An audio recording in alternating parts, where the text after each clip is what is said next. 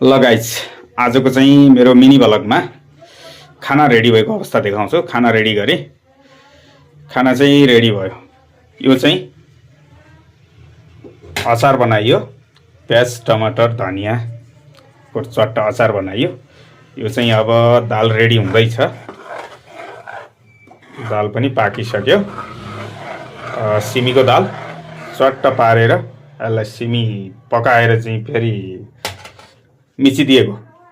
अनि यो चाहिँ बुढीको खाना रेडी भयो।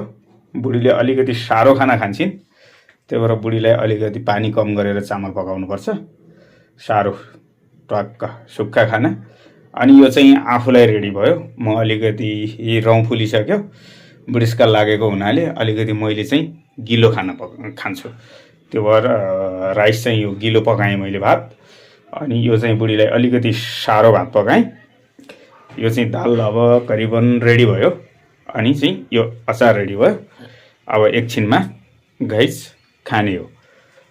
ल यस्तै छ, खाना बनाउनु पर्यो, बुढी जान्छन् कामतिर, आफूले चाहिँ अब ग्यास बन्द गरेँ गाइस। यो दाल पनि रेडी भयो। ल हस् गाइस।